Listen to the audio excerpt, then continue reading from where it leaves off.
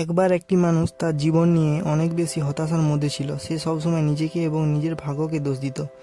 সে এটাই বলতো যে কী রকমের জীবন আমি পেয়েছি, সমস্ত সমস্যা যেন আমার জীবনে আছে, সমস্ত রকমের দুঃখ যেন আমার জন্যই তৈরি হয়েছে।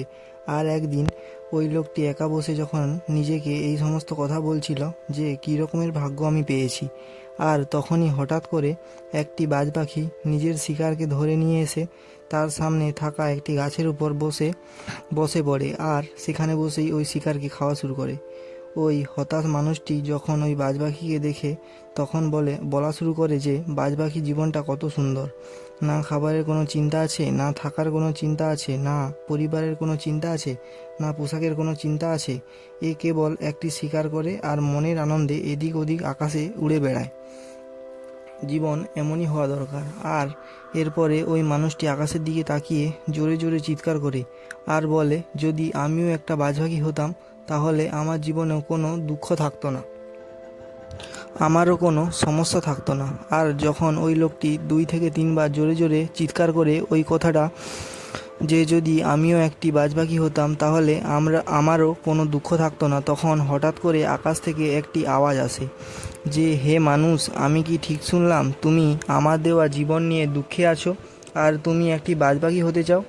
আকাশ থেকে ওই রকম আওয়াজ শুনে লোকটি চমকে যায় আর আকাশের দিকে তাকিয়ে বলে, হ্যাঁ, আমি সত্যি আমার জীবন নিয়ে অনেক সমস্যায় আছি, সমস্ত রকমের দুঃখ যেন আমার জীবনেই আছে।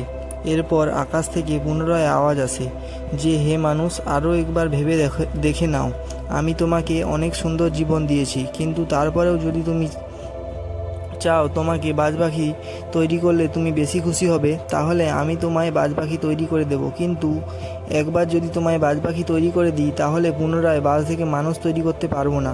তখন ওই লোকটি বলে, আমি খুব ভালোভাবে চিন্তা করে দেখেছি, আমি বাজ পাখি হতে চাই। একবার আমি বাজ পাখি হওয়ার পর পুনরায় আমি বলবো না মানুষ হওয়ার জন্য। তখন উপর থেকে আওয়াজ আসে, ঠিক আছে, যেমনটা তোমার ইচ্ছা। আর ওই মানুষটি সঙ্গে সঙ্গে বাজ পাখি হয়ে যায়। বাজ পাখি হয়ে যাওয়ার পরেই সে খোলা আকাশে ওড়া শুরু করে আর মনে মনে ভাবে, কী সুন্দর জীবন, আসল জীবনই তো হলো এটা, না কোনো চিন্তা, না কোনো সমস্যা, না কোনো ভয়। ওই বাজ এখন সারাদিন আকাশে উড়তে থাকে আর এভাবে আকাশে উড়তে গিয়ে সন্ধে হয়ে যায়। তখন ওই বাজ পাখিটা ভাবে, আমার তো থাকার জন্য একটা জায়গার প্রয়োজন, আমার নিজের একটা ঘর থাকা দরকার যেখানে আমি রাতে বিশ্রাম করতে থাকবো। আর ওটা ভেবেই ওই বাজ পাখি কিছু ডালের টুকরো জোগাড় করে একটা উঁচু গাছের ডালে বাসা তৈরি করে আর রাতে ওই বাসাতে গিয়ে ঘুমিয়ে পড়ে আর চিন্তা করে যে সকালে ঘুম থেকে উঠেই শিকার করে নেব আর বাকি সম্পূর্ণ দিন আনন্দের সঙ্গে কাটাবো। সকাল হবার পরেই বাজ শিকারের খোঁজে বেরিয়ে পড়ে। আকাশে গিয়ে দেখার চেষ্টা করে যে কোনো শিকার দেখা যায় কিনা, কিন্তু কোনো রকমের শিকার সে দেখতে পায়নি। অনেকটা সময় পার হয়ে যায় এই শিকার খুঁজতে গিয়ে, কিন্তু এখনও সে শিকার খুঁজে পায়নি। এরপর ওই বাজ পাশে থাকা একটি জঙ্গলের দিকে চলে যায়, যে হতে পারে এই জঙ্গলে আমার জন্য ভালো ভালো শিকার অপেক্ষা করছে। এই ভেবে জঙ্গলের ওপর থেকে সে কিছুক্ষণ শিকার খোঁজার চেষ্টা করে, কিন্তু এই বাজ সেখানেও কোনো শিকার খুঁজে পায়নি। এদিকে সন্ধ্যের সময় চলে আসে আর নিরাশ হয়ে ওই বাজ নিজের বাসার দিকে ফিরে যায় আর রাস্তাতে ক্লান্ত হয়ে একটি গাছের ওপর বসে পড়ে। আর যখন ওই বাজ ওই গাছের ওপর বসেছিল তখন ওই বাজ একটি অসুস্থ পাখি দেখতে পায়, যে পাখিটার আঘাত লেগেছে। বাজ দ্রুত উড়ে গিয়ে পাখিটাকে ধরে নেয় আর সেটাকে খেয়ে ফেলে।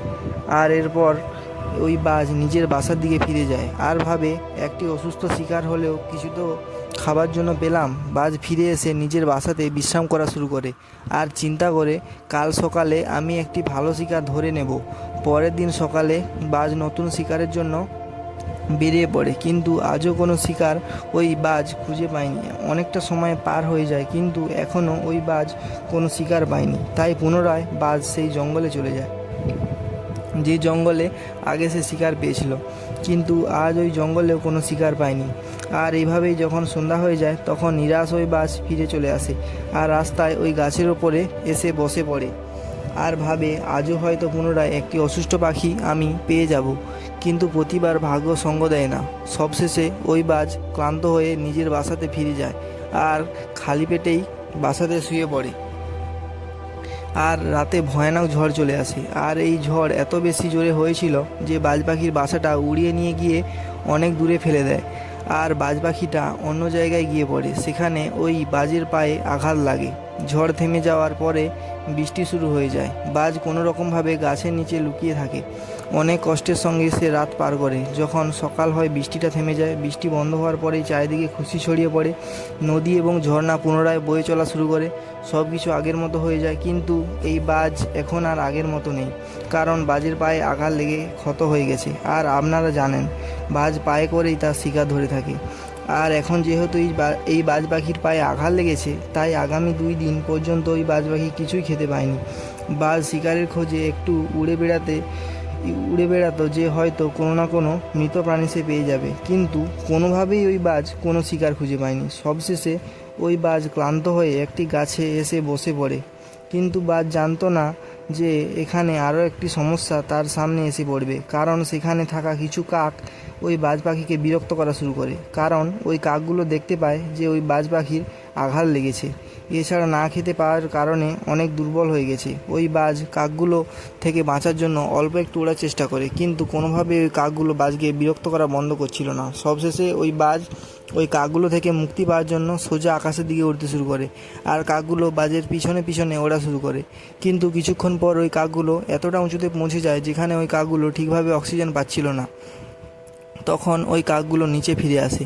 আর যেহেতু একটু বাজ পাখি মেঘের উপরে উড়তে পারে, তাই বাজের ওই আকাশে উড়তে কোনো সমস্যা হয়নি। আর এভাবেই বাজ ওই কাকগুলো থেকে নিজের পিছন ছাড়িয়ে নেয়। কিন্তু এতটা উঁচুতে ওড়ার জন্য এই বাজের কাছে অতটা শক্তি ছিল না, কারণ ওই বাজ 2 দিন পর্যন্ত খাবার খায়নি। এছাড়া তার পায়ে আঘাত লেগেছিল, তাই দ্রুত বাজ নিচের দিকে ফিরে চলে আসে।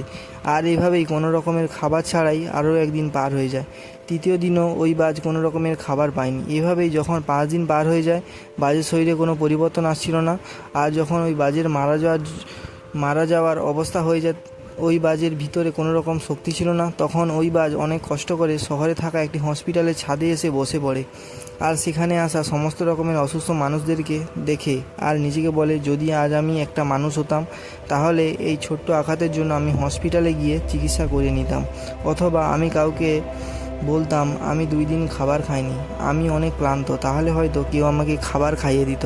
কিন্তু আজ আমি এমন একটি প্রাণী হয়ে গেছি যে কাউকে নিজের কষ্টের কথাটা বলতে পারবো না, কাউকে নিজের দুঃখটা বলতে পারবো না, কারো কাছে থেকে কোনো সাহায্য নিতে পারবো না।